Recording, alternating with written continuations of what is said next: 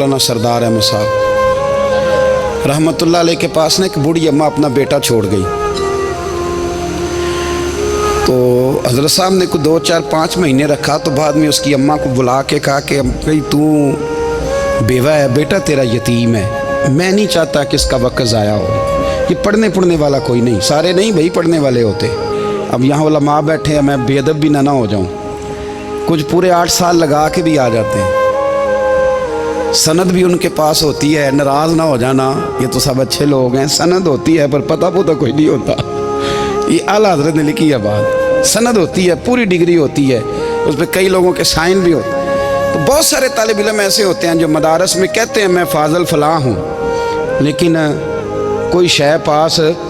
तो मौलाना सरदार अहमद साहब मुहद्दिस आज़म पाकिस्तान रहमतुल्लाह अलैह उस बूढ़ी को कहने लगे तेरा बेटा कुंद देना है, पढ़ना पढ़ाना इसने कुछ भी नहीं, तो यतीम बच्चा है, कल को तू कहेगी कि मेरे बेटे ने वक्त ज़ाया किया तो वापस ले जा। बूढ़ी अम्मा रोने लग गई, कहने लगी मैं पढ़ाने तो नहीं लाई थी, मैं तो आपको रब का वली समझती हूँ, मैं तो नौकरी कराने लाई थी।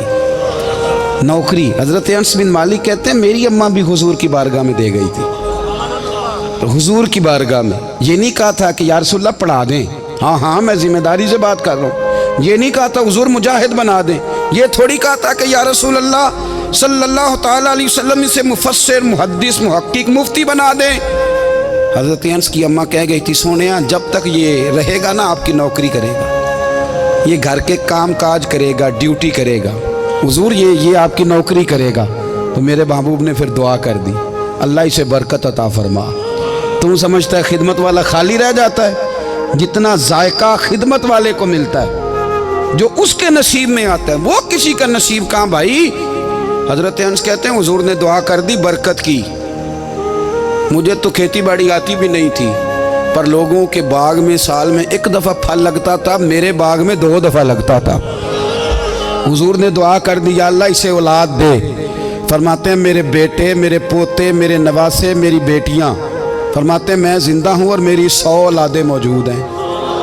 परेशान हो गया 100 सुन के बच्चे 2 ही अच्छे, 100 औलादें मेरी मौजूद हैं। हज़रत अनस बिन मौलाना सरदार अहमद साहब के पास ना छोड़ गई बच्चा, कहने लगी हज़रत जी मैं को पढ़ाने के लिए थोड़ा छोड़ गई हूँ, मैं तो इसलिए छोड़ के गई हूँ कि आप मेहरबानी करें, खिदमत कराएं। तो हज़रत जी कहने लगे कोई ऐसा काम ही नहीं, खिदमत वाला क्या कराऊँ। कहने लगी पट्ठे पवा लिया करो जी।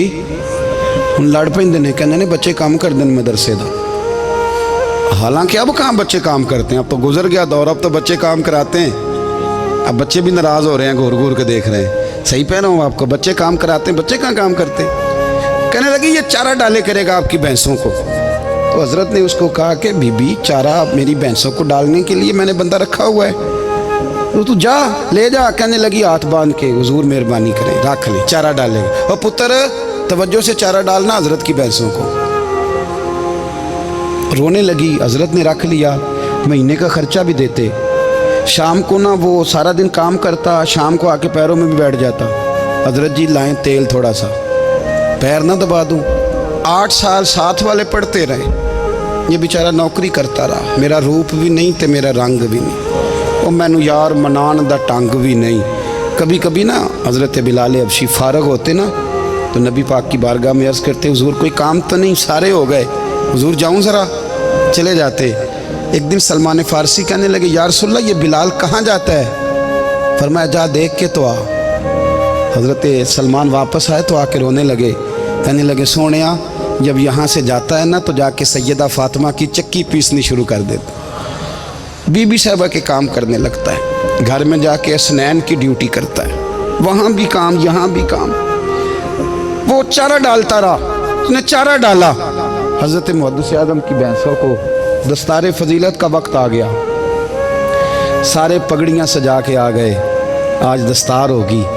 ये ना पीछे होके बैठ गया, चूँकि पढ़ा ही नहीं था तो दस्तार का है कि दस्तार तो उसकी जो पढ़ेगा, हमने तो पढ़ा ही नहीं, हमने तो यार पढ़ा, घर पढ़ा, ड्यूटी करी।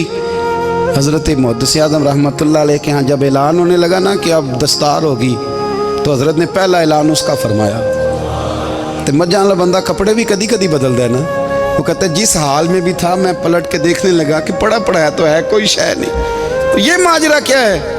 पीछे से उठ के आए تو کہتے ہیں باقیوں کی دستار کسی عالم نے کی, کسی صوفی نے کی, لیکن یہ بھینسوں کو چارہ ڈالنے والا جب آیا تو محدث اعظم نے فرمایا پگڑی کے بال کو کوئی ہاتھ نہ لگائے, یہ ساری دستار میں نے کرنی ہے.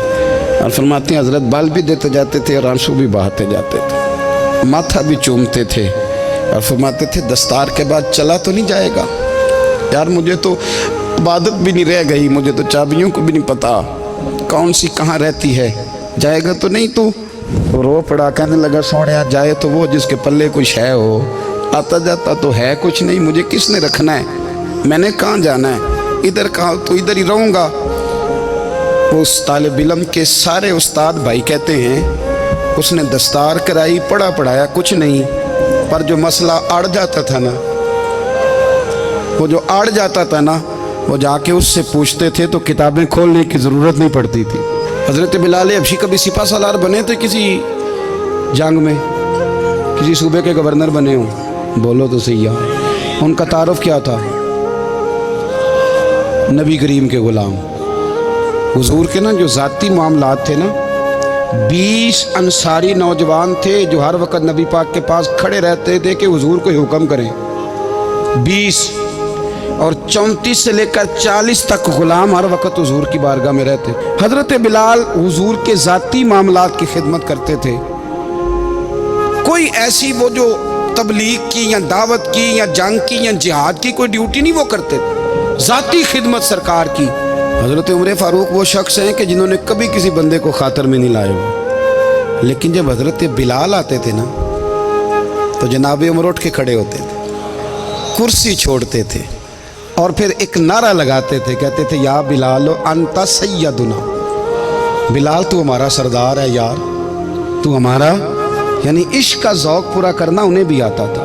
اس لیے میرا مشورہ ہے, میری رائے ہے, اور جو میرا حکم ماننے والے ہیں ان کے لیے میرا حکم ہے کہ ذوق نہ کبھی بھی خراب کرنا, کبھی بھی نہ ذوق نہ خراب کرنا, اپنا لطف. میں نے کئی دفعہ, میں پہلی دفعہ مدینہ شریف حاضر ہوا تو ایک بابا جی میرے آگے آگے تھے, تو ان کو نا دھکے مار رہا تھا, وہ سامنے کھڑے ہوتے ہیں نا, اللہ خیر فرمائے, اپنی اپنی ڈیوٹیاں نا, ان کی بھی ایک ڈیوٹی ہے نا جی.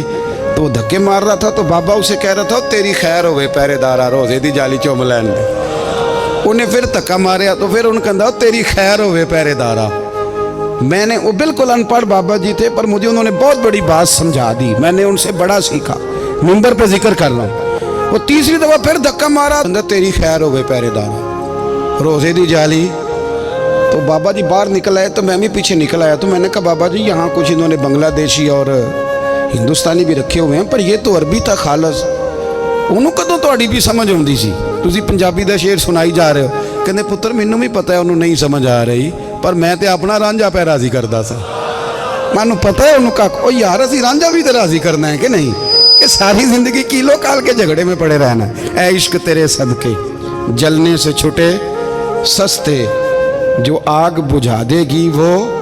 اور ایک جگہ پہ اعلیٰ حضرت کہتے ہیں جان دے دی وعدہ دیدار پر, ہم نے جان دے دی, خالی اس نے وعدہ کیا تھا کہ آؤں گا, آیا نہیں تھا, پر جان ہم نے پہلے دے دی.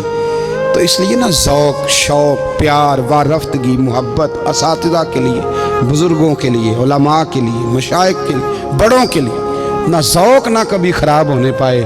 اللہ آپ کو سلامت رکھے. اور کچھ دعائیں میں نے دے دی ہیں, کچھ اللہ جانتا ہے میرے دل میں ہیں, وہ میں دیتا رہتا ہوں. اللہ آپ کو ہمیشہ شاد و آباد فرمائے.